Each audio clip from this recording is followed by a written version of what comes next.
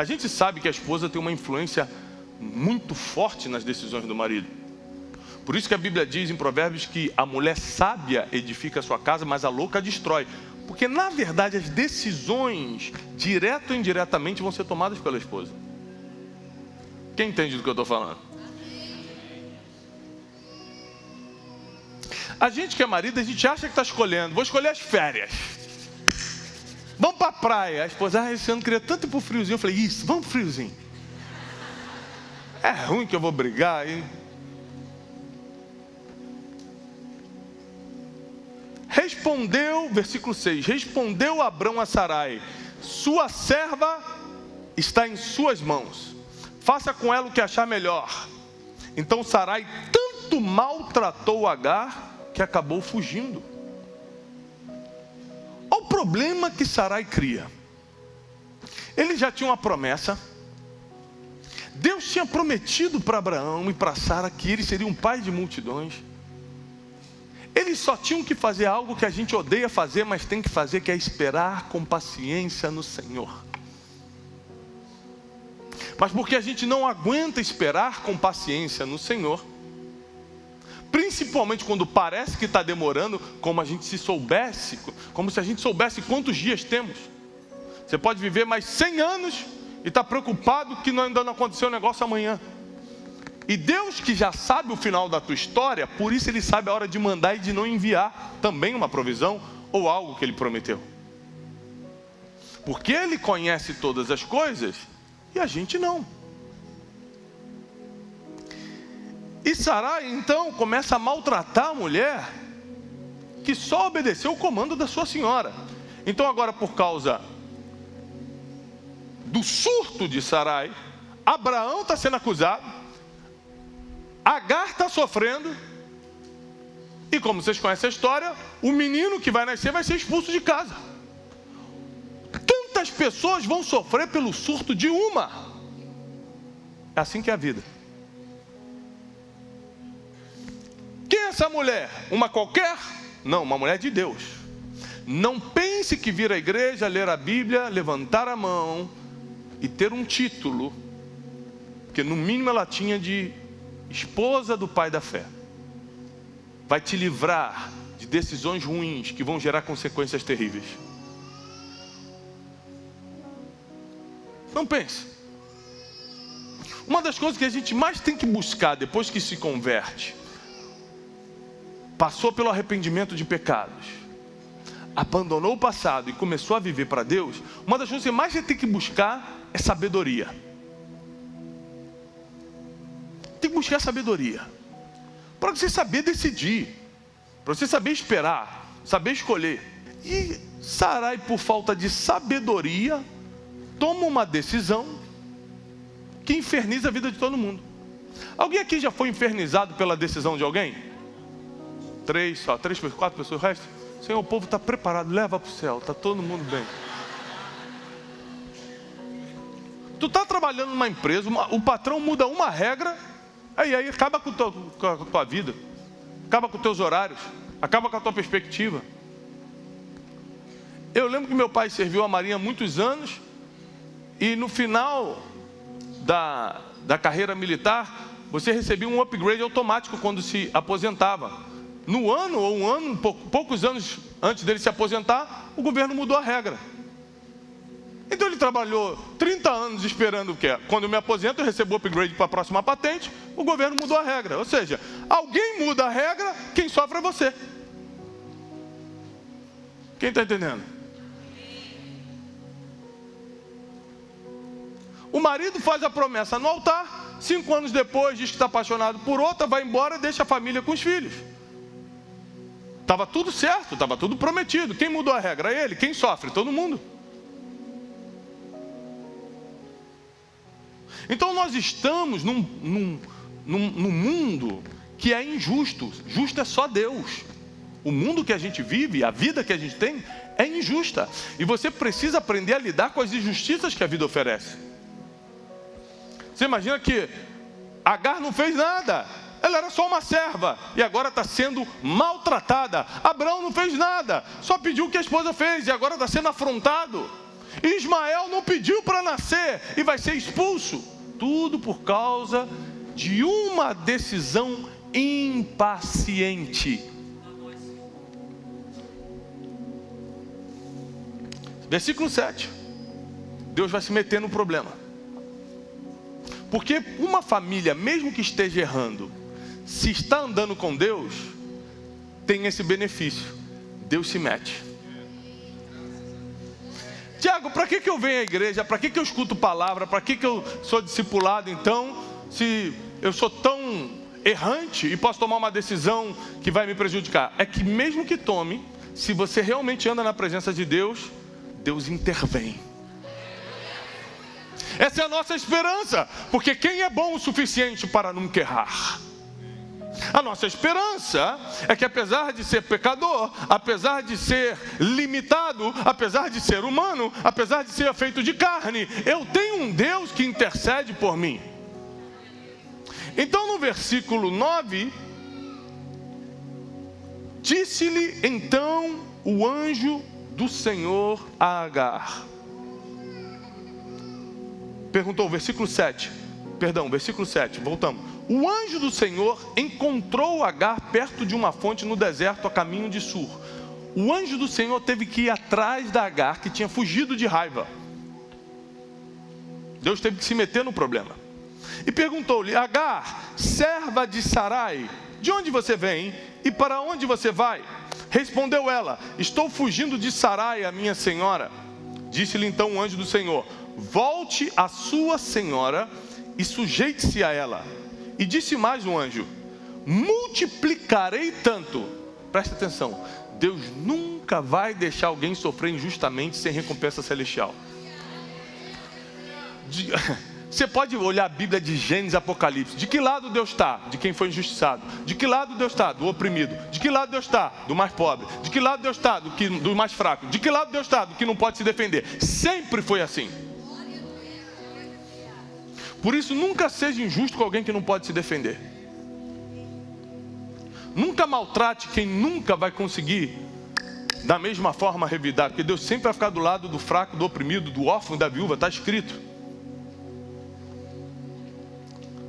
Seja uma pessoa que ajuda os pobres, porque a Bíblia diz que aquele que ajuda o pobre recebe galardão, recompensa do Senhor.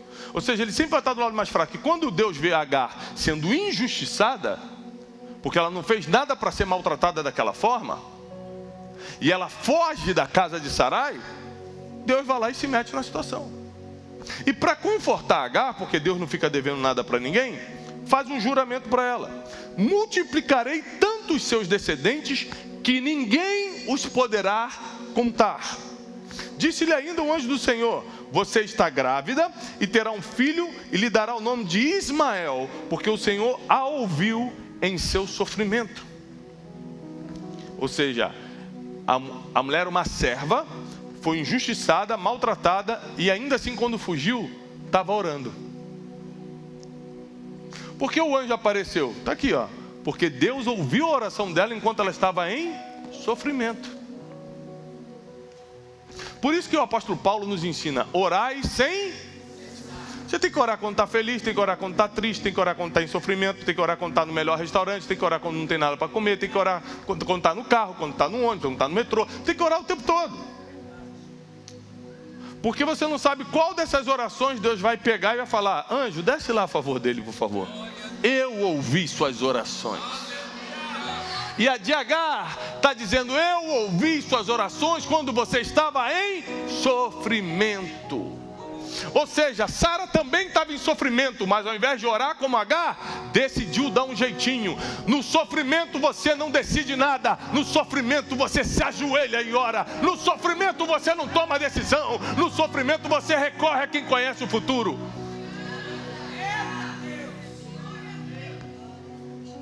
É sempre assim o ser humano.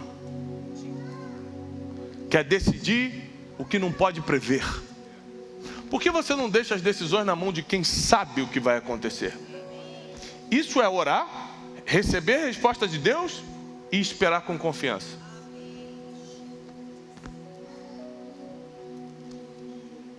Porque o Senhor a ouviu em seu sofrimento, versículo 12, ele será como jumento selvagem, sua mão será contra todos, e a mão de todos contra ele, e ele viverá em hostilidade contra todos seus irmãos, apesar de dizer que ele seria frutífero, ia multiplicar, né, tal, mas também disse que ele teria uma vida de guerras.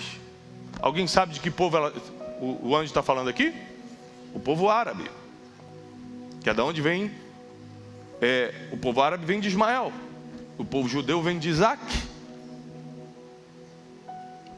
Então um anjo já profetizou tudo que está acontecendo há milênios.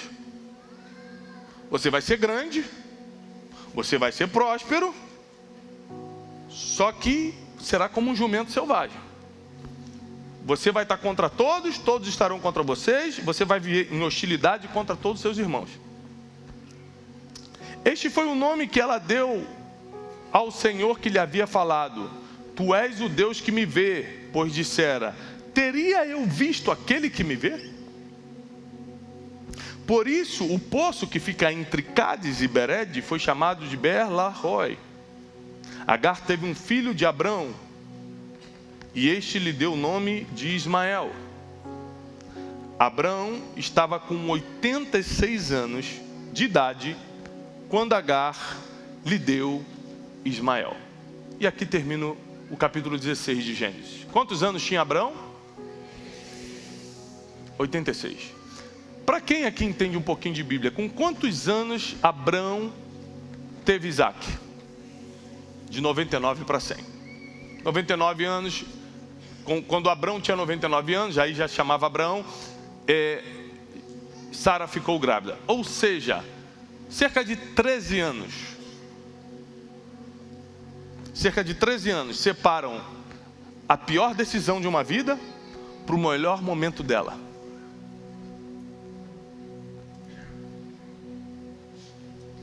Foi mais ou menos 13 anos, para quem já fez as contas, que José ficou no Egito como escravo. Só que ao contrário de Sarai, ele não deu jeitinho, ele só esperou com paciência. Ele é vendido aos 17, aos 30 ele assume o reino. Ele vira governador do Egito e o homem mais poderoso da época. Ninguém podia comprar ou vender nada na terra inteira sem a permissão de José.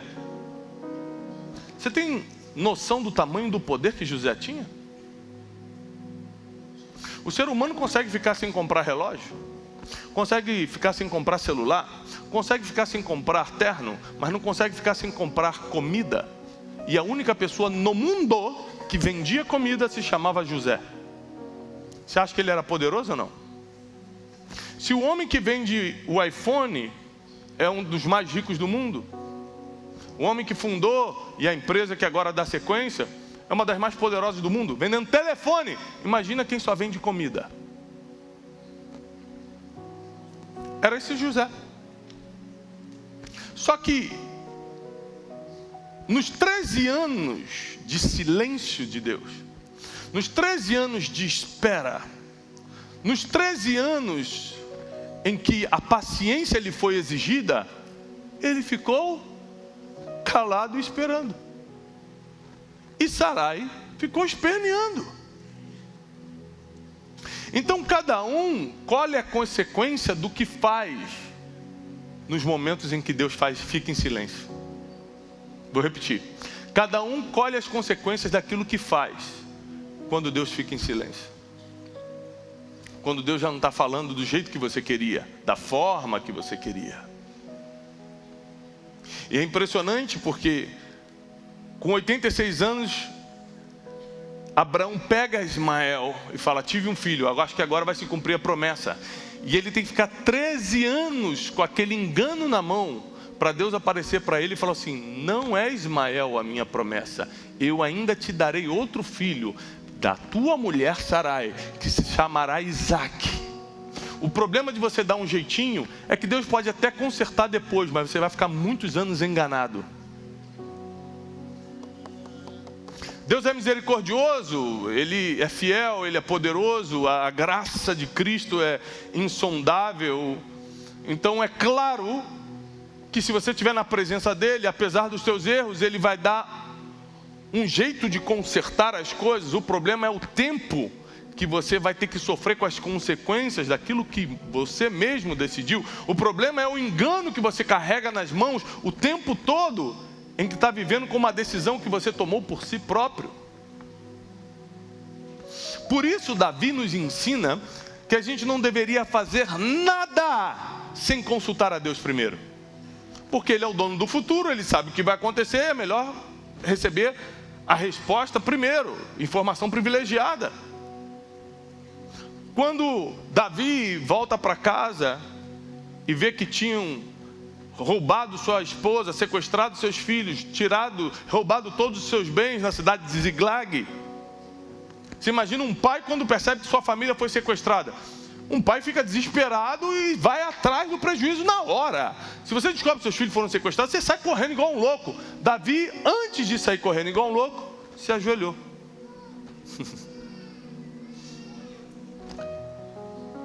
E a oração dele foi exatamente essa aqui: Senhor, subirei eu contra os amalequitas e os alcançarei? Porque Deus conhece o futuro. Se Deus me falar que eu não vou alcançar, eu nem saio de casa.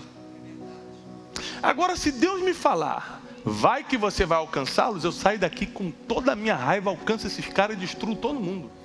Que foi o que aconteceu. Deus falou: pode ir, que ainda hoje você encontra eles e os destrói. No meio do desespero, no meio do sofrimento, Davi não saiu esperneando, gritando, amaldiçoando Deus, ou tomando providências por si só. Ele ajoelhou e falou: Deus, fala comigo agora, qual é o próximo passo? Os momentos mais difíceis da tua vida eram os momentos que você tinha que estar mais ajoelhado pedindo discernimento. Os momentos mais contrários da tua caminhada eram o momento que teu coração tinha que estar mais quebrantado e falado: só faço se Deus mandar.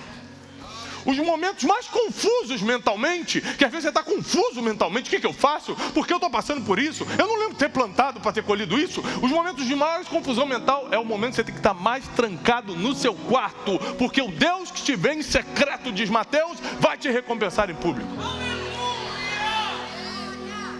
Então nós temos uma decisão importante a tomar. O que vamos fazer quando chega o tempo de esperar? Vocês sabem, eu dirijo uma grande organização e às vezes eu chego e como diretor daquilo eu tenho que tomar decisões rápidas, e a equipe vem trazer situações e dizem: Tiago, nós temos que decidir. Eu falo assim: não, nós vamos esperar. Tiago, mas aí tudo pode mudar, tudo pode piorar, pode fazer. Mas Deus não me falou nada, nós vamos esperar. Porque se eu tentar tomar essa decisão pela minha inteligência, é bingo, é sorte. Roda a roleta e vê se eu vou acertar ou não. Se eu esperar mais um pouco e Deus me der um sinal, já deu certo. Então eu decidi, por instrução bíblica e por experiências tristes no passado, que é melhor esperar com paciência no Senhor. Que é melhor esperar que Ele te dê o comando para o próximo passo, que Ele te oriente se você assina esse contrato ou não. Mas parece ser maravilhoso, mas Deus conhece o futuro, você não.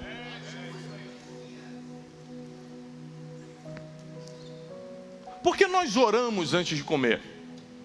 Primeiro, antigamente era só para agradecer a Deus pelo alimento. Por quê? Para quem não estudou a história da humanidade ainda, a humanidade não tinha acesso à comida como a nossa geração tem. Antigamente era na caça, não tinha restaurante. O restaurante começou de poucos séculos para cá. Então, quando se tinha alimento na mesa, tinha que levantar a mão e agradecer. Então nós começamos a agradecer a Deus porque tinha alimento. Mas hoje em dia a gente tem que agradecer a Deus e pedir orientação para Ele se é isso que nós temos que comer, porque a maioria das doenças, já está provado cientificamente, vem pelo que comemos. Então a gente não só agradece o que come, a gente pede também discernimento a Deus para saber se é para comer aquilo, para que Deus abençoe aquilo,